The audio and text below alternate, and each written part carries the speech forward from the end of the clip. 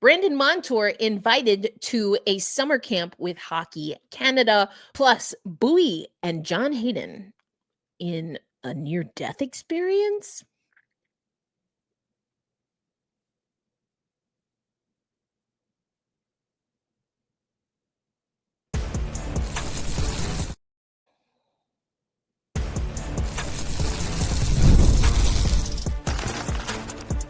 You are Locked On Kraken, your daily podcast on the Seattle Kraken, part of the Locked On Podcast Network, your team every day. Hey, Seattle hockey fans, welcome to another episode of Locked On Kraken, part of the Locked On Podcast Network, where we bring you your favorite team, the Seattle Kraken, every single day in the regular season. But we're down to 3 days a week for the next 2 weeks. For sure will be Wednesday, Thursday, Friday. The schedule might change a wee bit after that, but 3 days a week until we get Kraken, if you will. Today's episode of Locked On Kraken brought to you by our friends at FanDuel. We want you to know that FanDuel, for new customers, is offering $150 in bonus bets if your first $5 bet wins. So head over to FanDuel.com. Erica L. Ayala, your host of Locked On Kraken. I am also a contributor over at CBS Sports, where I talk mostly women's basketball, although that has included talking about some other things, more adult things on BBC Radio today. That was quite interesting. If you don't know what I'm talking about, go check me out over on Blue Sky at ElinZ08, and you can see the BBC Radio clip talking about objects being thrown onto the court during WNBA games. Anyway, again, jam-packed episode today. Brandon Montour, orientation kind of camp situation with Hockey Canada. We have a new staff member, a new assistant GM, presumably taking the vacancy that Jason Botterill left. We'll talk about that. And then a near-death experience, plus looks like the content team is back at work. We will talk about all of that on today's episode. Let's start with Monty. Now, we know Brandon Montour suited up for Hockey Canada, wore the maple leaf when it came to World Championships. We, of course, know there was also the NHL Four Nations face-off, and there was a different roster for that, some overlap for some of the teams. But either way, this is an opportunity for Hockey Canada. They actually named the players for the men's and women's team, 92 players invited across women's, men's, and the para team. If you want to know more about para or adaptive hockey, absolutely recommend that you follow Ann Kimmel. Highly recommend that you follow Ann Kimmel, Mama on Ice, something like that, on social media. I'll make sure to put the handle in the show notes. And Kimmel, your co-host of Locked On Nashville Predators. She is a great mind there. When it comes to, so that's 92 players invited to what they're calling orientation camp, which will be August 26th through 28th in Calgary. And that's across 3 different teams, para, women's, and men's. As you may have deduced, Brandon Montour was invited to the men's camp. He is the only representation from the Seattle Kraken among names like Devin Taves, Cale Makar, Noah Dobson, Evan Bouchard. Those are just some of the names on defense. For your forwards, Bedard, Quentin Byfield. You've got Crosby once again, Bo Horvat, Nate McKinnon, Brandon Marchand, Mitch Marner, Nick Suzuki, etc., Robert Thomas, John Tavares. As far as your goaltenders, it's going to be Binnington, Hill, and Montembeault. I always have trouble with his name, Montembeault. So This is pretty cool. This is going to be a step in the right direction for Hockey Canada as they prepare for the Olympics. We are excited to unveil the 92 athletes who will kick off the road to Italy and bring our men's, women's, and para hockey teams together for 3 days as the first step towards our goal of winning triple gold in February. That's Scott Salmond, who is the Senior Vice President of High Performance and Hockey Operations for Hockey Canada. While the next several months will bring intense evaluation and difficult roster decisions, we look forward to kicking off the season in Calgary and giving our athletes and staff a chance to come together and start to become one team as we set our sights on February. And so I am super excited for Brandon Montour. This is a great opportunity for him. We hope that it is a good time for him, of course, that he stays healthy, but even more so that he is able to kind of see out this chance to compete for Hockey Canada in the Olympics. He was invited again to that 3-day camp, which will include team building exercises, team meetings, presentations, and media opportunities. So this is a great opportunity for Brandon, and we're all so excited for him, said Jason Bottrell for something up on the Seattle Kraken website. He himself is a former Team Canada, representative, and he's a proud Canadian and a terrific representation of the Kraken. That's what Jason added. In this piece up on Kraken, NHL.com/Kraken, they also talk about O'Brien and Jake O'Brien, going to the World Junior Summer Showcase, which was in Minneapolis earlier this month. And, I think this is an exciting time to see if the Kraken have players in their pipeline that can be an impact on the international stage. With the NHLers going back to the Olympics, I think it's going to be a different situation than when we saw Maddie Beniers go in. And obviously for the US and Canada, the selection process is a little bit different than, say, Philip Grubauer, who was one of the first 6 to represent Team Germany. I don't know. Let me know in the comments, how do y'all feel about that, like, first 6 for each team? I don't know. Maybe it's because I kind of come from international hockey and then make my way back my way into covering the NHL. But I don't know. It's just so strange to me. On the one hand, I think it's strange because I'm not used to that. On the other hand, we kind of already know who some of the probably first 6 or so players are going to be. And maybe this just gives us, we can kind of throw away the facade of like, hey, we're going to have this symposium like USA Hockey, USA Hockey, as part of Team USA, will be, I'm in New York right now. They'll be here in New York City. I'm in Brooklyn. They'll be in Manhattan in October. And I will also be here in October because it's the Team USA Summit. So, or even when we had Hillary Knight, if you listen to that episode or the full conversation, which was a bonus episode effectively, Hillary Knight was like, well, if I make the Olympic team, and I get it, the humility, you never know, anything could happen. You never want to guarantee those things.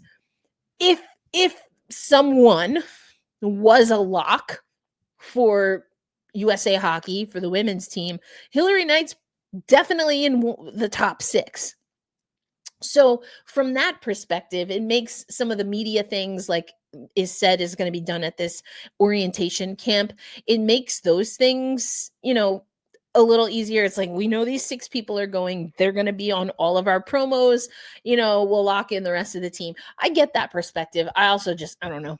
I'm just not used to it. But let me know what you think. Let me know what you think about Monty being invited to camp. What are his chances in camp? I think it's going to be a little tough, if I'm being honest, but you got to have your name in the game if you want to even have a chance to win. Put your name in the hat in the ring, whatever the say. I don't know. Anyway, coming up next on Locked on Kraken, let's talk about our new assistant GM. And he's got some pretty strong ties in professional hockey. And then thankfully, I can say this knowing that no Kraken staff were harmed during a recording of a promotional video of some sort. We'll talk about that as we wrap up today's episode of Locked on Kraken. Today's episode, as I mentioned at the top of the show, brought to you by our friends at FanDuel. Summer sports like the WNBA, NWSL, Welcome Back Trinity Rodman are in full swing. And whether you're all about baseball under the lights, golf on the green, or high-stakes soccer action like the NWSL, FanDuel is the best way to make every game even more exciting. You're already following the action. Why not make it a little more thrilling? With FanDuel, you can get in on the game while your friends are getting sunburned at the beach. Please don't get sunburned. Please be responsible if you're going to be out in the sun. New to FanDuel? Well, new customers can bet $5 and get $150 in bonus bets, if your first bet wins. Open the FanDuel app today or visit FanDuel.com to get started. What it is, what it do, Kraken fans. Erica L. Ayala, your host of Locked on Kraken, back for another episode. In case you didn't catch the top there, we are down to 3 days a week. The next 2 weeks will be Wednesday, Thursday, Friday. Friday is also the day we record, wink, wink, the Women's Hockey Report. And if you want to know more about the women that were invited to camp or orientation camp for Hockey Canada, you can hear more about that on the upcoming episode of the Women's Hockey Report. But because I love you here at Locked on Kraken, and I know some of you are so excited to have PWHL Seattle start up in the fall, I want to let you know who from PWHL Seattle has been invited from or to the women's camp. And that is 2 players. Both are forwards, Julia Gosling and Danielle Sardachny. And so we will see, of course, if we have any USA players that happen to, or PWHL players that happen to play for Seattle that might make the USA hockey team. Wink, wink. I am expecting to see Hillary Knight here when I come back in October for the Team USA Summit, which of course will include Hockey Canada, Kayla Barnes, another friend of the podcast, and a super snacker just like me. That was a fun little anecdote. But we will see if those 2 players, make the cut for Milano Cortina. Other names on this list, Hannah Miller is really interesting because they now have a little asterisk. We've talked about that on the Women's Hockey Report, but it's pending IIHF eligibility, and that has to do with the fact that Hannah Miller has competed in the Olympics with the Chinese national team. So, that's why that's pending. But again, we'll break that down on the Women's Hockey Report on the next episode. We record Fridays, usually Fridays, and the episodes go up on Saturday. Let's get back to, though, the Seattle Kraken. All in the family for new assistant GM Ryan Jankowski. Bob Condor with a story up earlier this week. But we got the news this week that we have a new assistant general manager, and that is Ryan Jankowski. He will be working alongside Ricky Olczyk and Alexandra Mandrycky. Now, those 2 assistant GMs worked with Jason Bottrell, who, of course, was promoted to general manager. We're excited to bring someone of Ryan's stature to our organization, Jason Bottrell said in the press release. Ryan has a wealth of experience both in the NHL and internationally. His expertise in player evaluation and player development will be a big plus for this group. Jankowski is 51 21 years old, was with the Utah Mammoth / Arizona Coyotes as the associate director of amateur scouting. So you can look to some of the young talent on that team. I told you, Utah is a team that kind of scares me a little bit. Definitely have those games circled. We went through the whole calendar, upcoming schedule, I guess I should say, for the Seattle Kraken in multiple months. We went month by month. I was like, we got to keep an eye on Utah. And some of that is because of the young talent coming up. We talked about some of the lists and redrafts and things of that nature. What is true is that we're seeing top talent or top analysts really acknowledge some of the top talent that came through Arizona. Now, of course, Utah. Jankowski, he has 7 years experience in the NHL, including with the New York Islanders, where he was an assistant GM from 2006 to 2010.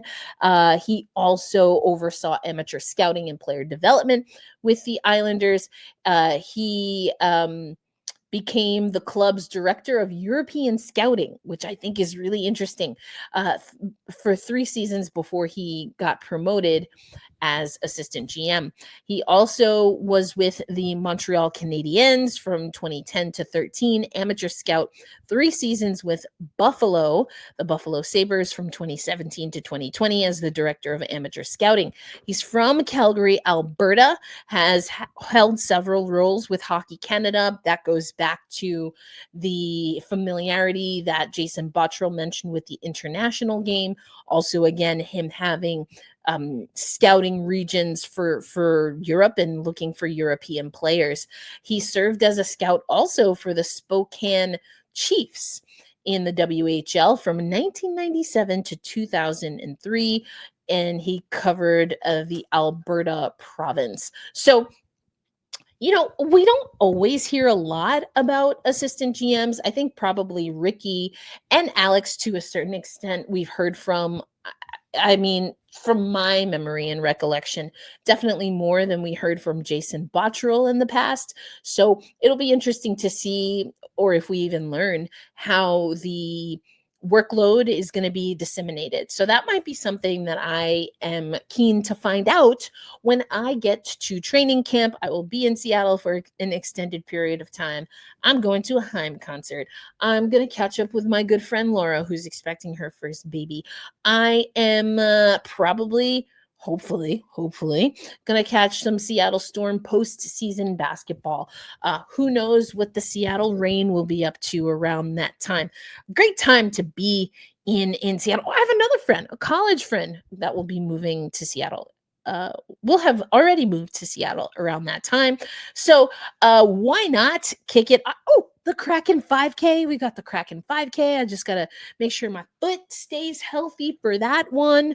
It's going to be a great time. And let's put that on the list of content to deliver. Trying to catch up with the assistant GMs and see what the MO is, how they're splitting their time and things of that nature. Okay, coming up on today's episode, you might have seen some of the promos that are happening or that are being posted by the Seattle Kraken. We're seeing some of our guys get their acting chops, put some of their acting skills to the test. Who did we see? Vince Dunn, a little Brandon Montour, Monty talking about Brandon Montour, but Buoy and John Hayden came up with a close encounter with a bear. And those things can be pretty dangerous. Everyone is safe and well, including the bear. So that's the good news. But what a quirky little thing to cross the news desk. And we'll talk about that as we close out today's episode of Locked on Kraken.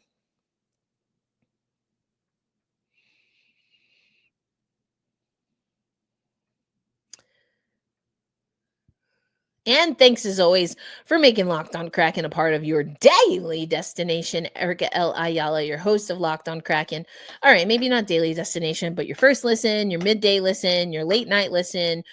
We've had people say that they listen to Locked On Kraken while they're running errands, while they're cooking dinner.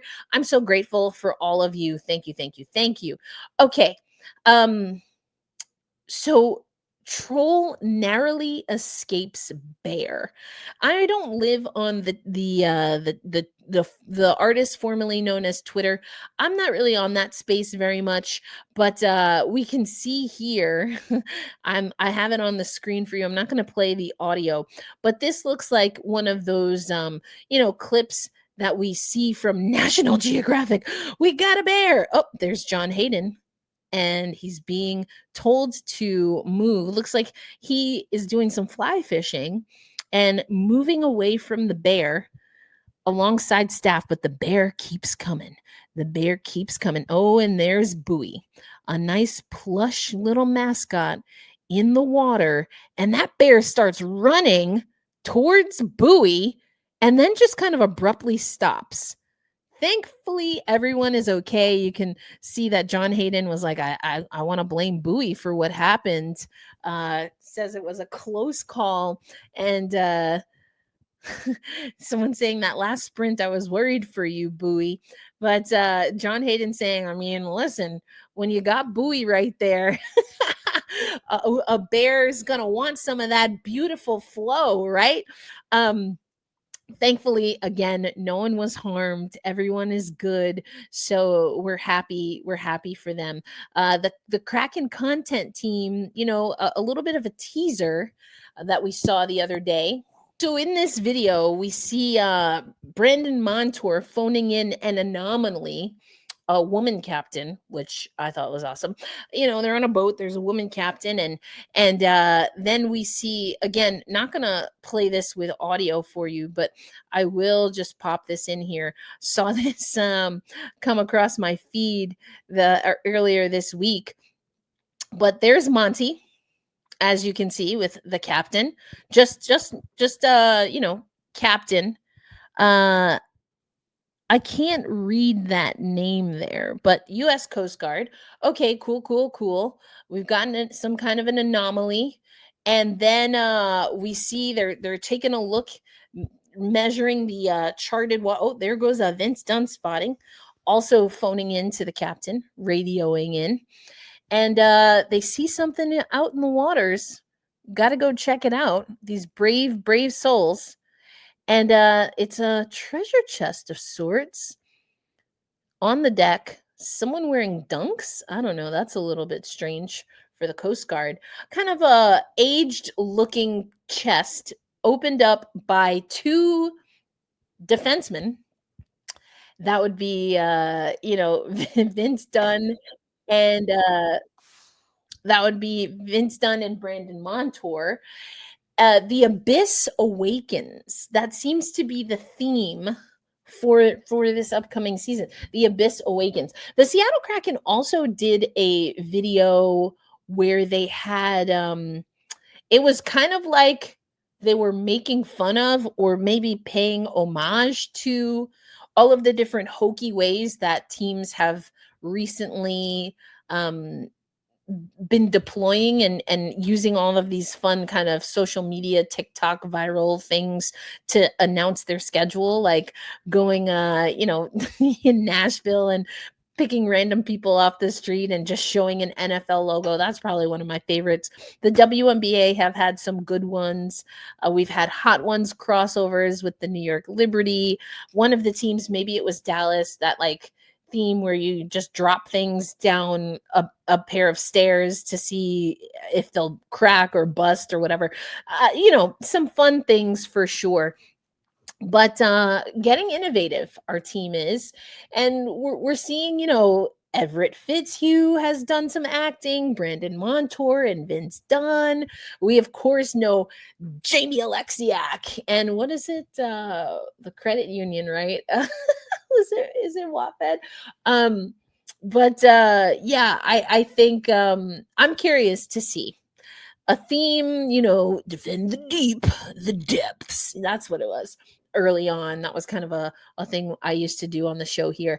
I'm excited to see what kind of culture and flavor the Seattle Kraken bring to some of the off ice things, the community stuff. We know that they kind of rebranded what were often known as Hockey is for Everyone nights, and it's Kraken, common thread, which I like. So we now have the integration, which I've talked about before, of PWHL through the PWHL Seattle team. So, I hope that also opens up other opportunities for more crossovers. I love a strong crossover in other women's sports. In honesty, I do think Seattle as a city has done pretty well with that. The Kraken obviously know they share a building with the Seattle Storm, who is, a 4-time champion franchise. So that's pretty cool. Other note, I didn't want to have it as its own segment just yet because it's honestly not really big news yet. But it sounds like the conversations about getting the NBA, or sometimes as I like to say, the MNBA to Seattle, kind of stalled out a little bit, and it might be a few more years. So, I mean, I've even seen some reports that maybe doing an NBA venture outside of North America first might also be something going on. I'm not completely familiar what's going on with Portland and that whole situation, but again, all I know is that it sounds like this mad rush that seemed like NBA is going to announce Seattle within months is now maybe on more of a simmer, slow boil to a few years. So if and when we get more news, I know I did a super fun crossover with Ty Dane Gonzalez, having him weigh in on bringing another professional team to Seattle, and if and how that impacts our respective teams that we cover for the Locked On Network. So we'll have to circle back to that. Until then, a reminder to be kind to yourself, be kind to others, try and be kind to others at least. And we hold fast, we stay true, and 3 days a week for the next month or so, I will be right here for you on Locked On Kraken. I will catch you on the next episode. Peace out, everybody.